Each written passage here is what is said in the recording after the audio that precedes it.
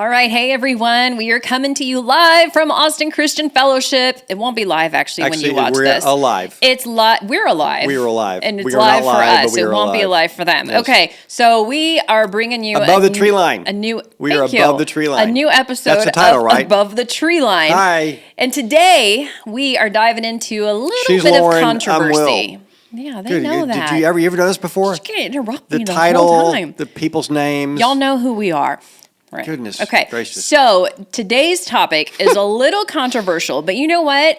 I think it's something that the church needs to start speaking into. So much fun. Yes. So, and that is the topic of, drumroll, wokeism, which is kind of an outdated term because a lot of, wokeism was kind of a word that I became familiar with around 2020. Yeah, we're a little late to this party, by the way. We're just not talking about it. It's kind of evolved into a different been out there for a minute. Beast. So let me tell you Please, something. Lauren, please. So when you can talk the whole time as far as I'm concerned.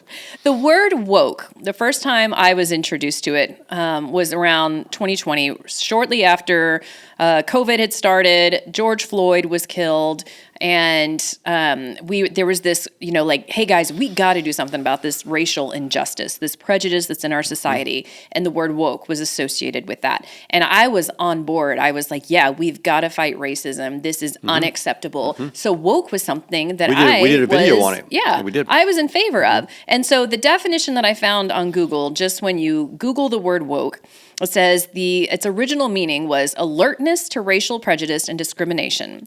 And then it began to be used as a slang for broader awareness of social inequalities, such as sexism, LGBTQIA plus rights, and so forth. So how did we get from this, we're going to fight racial injustice, to now, woke being evolved into something that's I don't even know how you would describe it now. It's much broader. It's much broader. It's much broader. The how is interesting, and I don't know that I know the answer.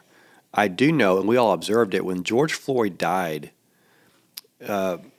advertisers shifted. They took the gloves off. Mm-hmm.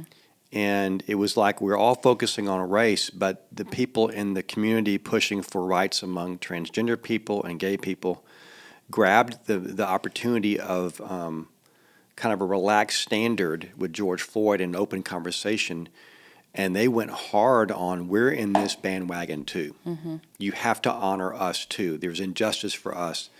And they kind of seized the day and the opportunity of George Floyd, and the culture has not been the same since. Mm-mm. So something shifted in the atmosphere, forgive the spiritual term, when George Floyd died, and wokeism it's still perceived to be about injustice, but the groups that are claiming they're being treated unjustly have become much more mainstream, even though they're few and I think very few in number. The percentages are pretty small. small. So it's become a pretty hostile environment to be perceived as someone who's doing injustice toward one of these groups. Mm-hmm. It was really interesting. George Floyd died and the whole world changed. Mm-hmm. It really is. Well, because absolutely. So being opposed to racism, seeking justice for people, these are things that Christ followers should be about. Mm-hmm. And so I know, early on around that time, there was the book, The Woke Church, the Woke Church, I think that's what it was called, that came out. And we were all reading that, and we were like, okay, we've got to fight this. And now, it's you don't want to be associated with the term woke at all. Well, unless you believe in it.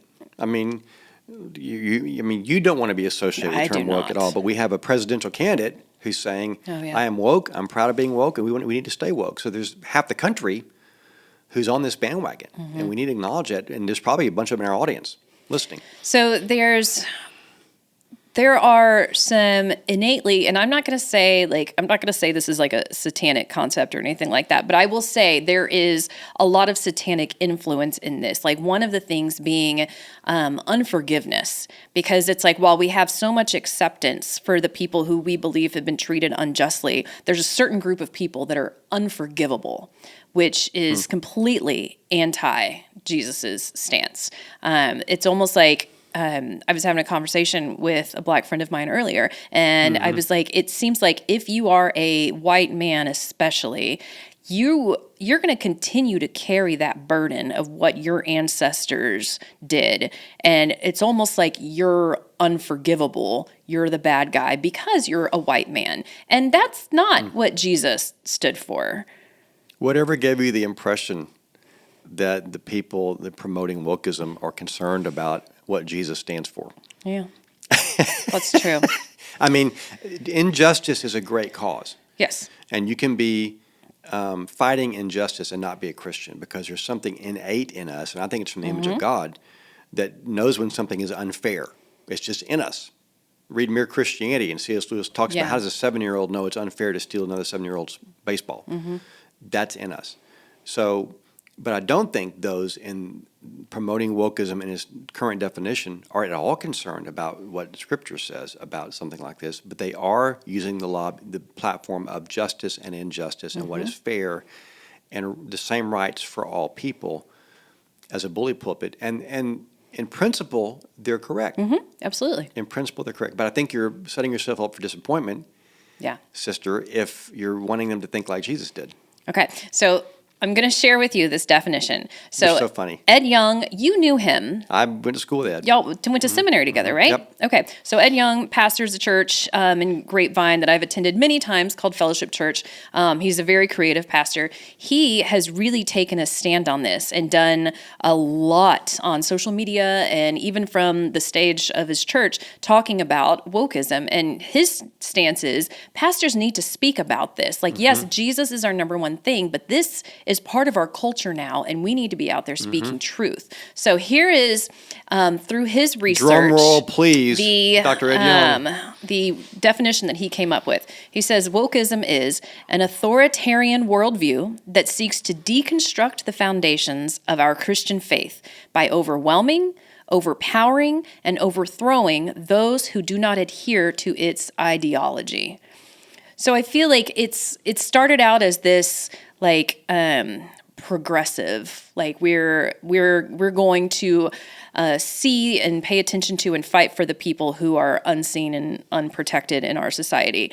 But if you don't adhere to our ideology, you are innately the opposite of progressive, which is regressive or intolerant. And so it's really, there's only from their perspective, Remember Kevin Costner in Yellowstone? I am the opposite of progress. If you want progress, do not vote for me. Exactly. I never actually watched Yellowstone. Right. I've heard he said never. That. But I mean, it's like if you aren't, we're open-minded, but if you're not in this group, you're wrong. You're the bad guy. It's the opposite of open-mindedness. It is, but so there's hypocrisy. Of course there is. And is a bully pulpit, and its emphasis is on bully. Because we see it during Pride Month. We want to be inclusive, but if you're against us, we're not gonna be inclusive with you. I mean, we're not flying the Christian flag above embassies around the world on Pride Month, or any month for that matter. But is there a Christian flag? Yeah, there is a Christian flag. I don't think we should fly it, but there is one. Right. We're not flying the Texas flag either.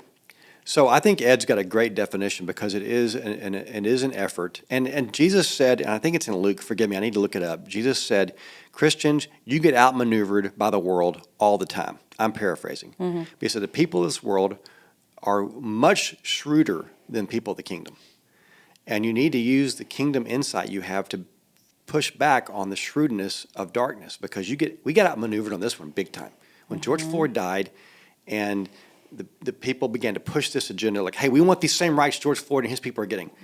We said we were asleep at the wheel. And now it's hard to get this genie back in the bottle. It's out. And culture's become this thing. If you don't align with us, you're a bad guy. So can I take you where I think this should go? Okay. Please. Woke implies an awakening. I've awakened. I'm woke. I remember a guy called the church a few years ago and said, how do you guys feel about same-sex marriage? And I said, well, we'd oppose it. We have no problem with people that are gay. We love them. They're like I am. They're sinners, but we're not going to endorse gay weddings.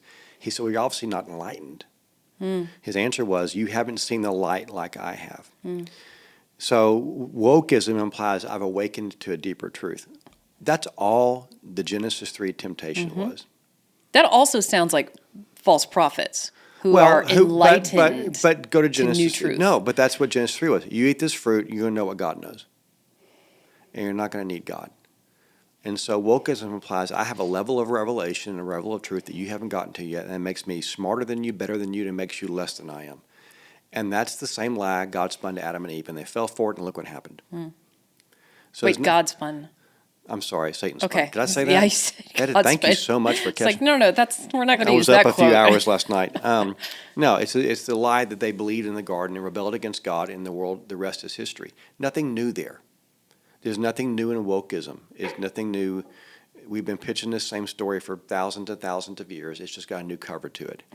But it's curious if you're looking for enlightenment and you look at the fruit of wokeism, that feels like an oxymoron to me. Enlightenment should improve life and quality of life and bring peace and justice and unity, and wokeism is doing just the opposite, in my opinion. It's creating division. And the people whose lifestyles are in the middle of that don't typically turn out well. Right. There's a lot of hurt, a lot of suicide, a lot of sadness in that community. It's Well, really sad. it's hard because, like, I do believe in human rights. I do believe in equality, and I will fight for those things. But it also feels like you said it's hard to put the genie back in the bottle. It feels like we've taken this great idea and somehow gone down a path where men are able to take the women's rights that we fought for so long, and they're like, now I'm a woman, and I'm almost like, I can't believe women aren't speaking up against this because Yeah. like we There are a fought few. for equality. There are a few. And now men are like, oh, I can be a woman too, and we're just supposed to embrace it with open arms. And I'm like, it seems very anti-feminist. Well, that's the twofold problem with wokeism. One is people are saying that now. Look, there are no boundaries. Men may not have a uterus, but men can have children. Men can nurse babies, which is unscientific and, forgive me, stupid. Men can't. But secondly, wokeism says you're a thug if you don't agree with that. Yeah. And that's not fair. That's the power of what this thing is. Number one, it's totally recreating what nature and science and scriptures teach. But also, if you oppose it, you're an evil person. That's a double whammy that a lot of people, a lot of leaders in culture aren't willing to stand up to, which is why you have governments and Olympic committees and school boards folding because they don't want the double hit. They don't want to be called a thug and be sued, and so they say whatever. Right. And we rolled over. So just to go back to the feminine thing, I know Come you on, don't have sorry, a lot of no. skin in that game, but Actually, I do. I do really you? believe in it. Yeah. Okay. So Well, I'm a church. and I'm not We're one a of church, and I'm a pastor, Lauren, that promotes women. right. Big time. And So I'm in not this one of big these time. women that like beats my chest and I think I'm better than men or anything like that. But in the vein of equality, so we saw in the Olympics fairly recently, two boxers, both identified as female. One had two X chromosomes, one had an X and a Y chromosome, but identified as a woman. So therefore, this is a fair woman-on-woman fight. That was heartbreaking to watch. I don't know if you watched that footage, but I was just like, my heart broke for the biological woman who, like, I'm sorry, we're not as strong as men, and I don't mean that in like a derogatory way. But if even the strongest female athlete going against the strongest male athlete, like there's still that's not going to be an equal fight. So. I mean, and I don't know, it felt like a lot of people were coming to the rescue of the fighter with the X and Y chromosome, as opposed to being like, this poor woman lifelong dream trained was to her fight whole life. And it was not a fair fight. So what do you do, Lauren, with it happened recently, one of those Miss USA, Miss whatever it was contest, and one of the state's winners was a trans person. So that state is saying, the best representation of a female we have to put forward in this contest is a man. Yeah. That's so insulting to women. It is very insulting to women. But it's call also that- very woke. It's very I know, progressive. but it's very evil. Yeah. It's evil.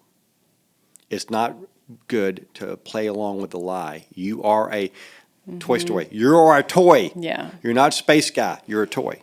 It's evil to play along with the lie and let the people continue to live in deception. And it's evil to downgrade half the culture because somebody says they're different. And what we are doing to women in this culture is it's wrong. It's wrong on so many levels. And it wasn't Space Guy, it was Buzz Lightyear. Okay, I know, but You're going to use your Disney references. Yeah, thank you. Yeah. Actually, that was Pixar. Disney Pixar. But Okay, yes, before, I'm not going to get in a Disney conversation. Anyway, You'll win. So You're right. I'm like going down a Disney train now, and I've got to like route myself back. So this You say Disney drain? Train. Oh, sorry, I thought you said drain. Not the drain. Okay, so we have this.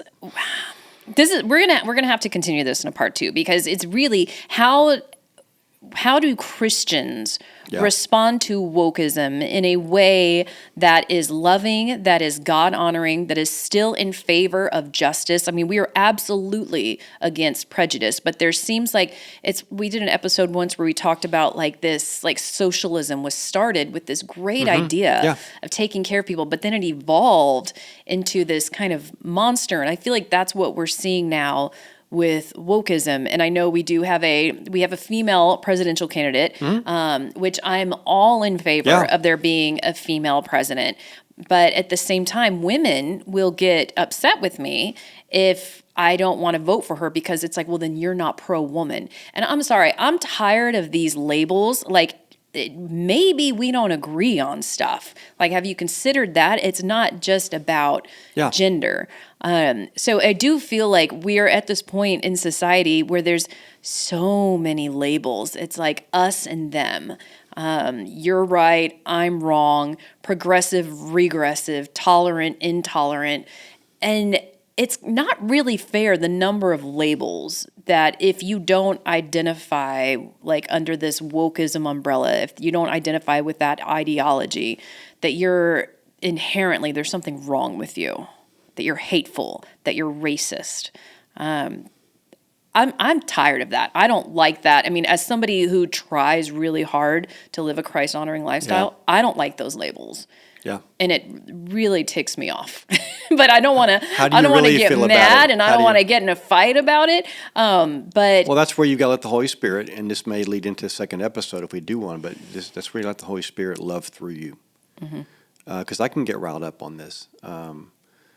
But you got to look at how Jesus is going to respond. So maybe we talk about that in a future episode. But we can't be quiet. But you've got to speak the truth, finish it in love. Yes. And that's what everything comes back to. Speaking truth in love. The balance. In love. That male boxer who wants to fight as a female, there's a story there. Yeah. That guy somewhere had a bad day, and it has marked him, and he's living out his truth as he thinks it is, the best he can. He's probably very broken, as all of us. And he needs Jesus, as do all of us. We've got to keep that the center. Yeah. But at the same time, he was created in the image of God. In the image of God. Somebody for whom Christ died and needs to be treated as a human being who's deserving of love. Yeah. But that doesn't mean you let him live a lie. You let him say to me, you're going to call me a female even though I'm a male. That's not loving to play along with that lie. If you try to tell me, hey, Will, I'm a man, I'm going to say, Lauren, I love you. You're a girl. I did come up with, you know how certain churches don't like women to speak? No, I didn't know that. I actually didn't know that was out there. If I identified as a man, you told me this. Then so if we outlaw it, you're going to just identify could as a I man. Speak no, there'd be lots of reasons. Church? I can find lots of reasons not to let you speak. Besides that. Yeah. So we will. We are running out of time on this episode, but I think we will have to have another conversation about Christians and wokeism. So let me bottom line it for our audience. You're not a bad person if you don't agree. You just don't agree. And don't be bullied into submission because you have convictions on something. Now, what you do with those convictions is real important. But a lot of people have just rolled over because they don't have energy for the fight. Yeah. And history has hinged on Christians being willing to stand up and say, this is not right. And we into slavery with that, a whole lot of things like that. And if we just sit quietly by and I just want to get my IRA and retire, we just released the world. So stay tuned for the second episode. But we can't just be quiet about this. Ed is right on that. We can't be quiet about it. And we have to say it in a way that's loving. But if we just are quiet, we've given over the farm. And it's worth fighting for. And when you said if you don't agree, you're not a bad person, are you talking about people who don't agree with wokeism or people who don't agree with what we're saying?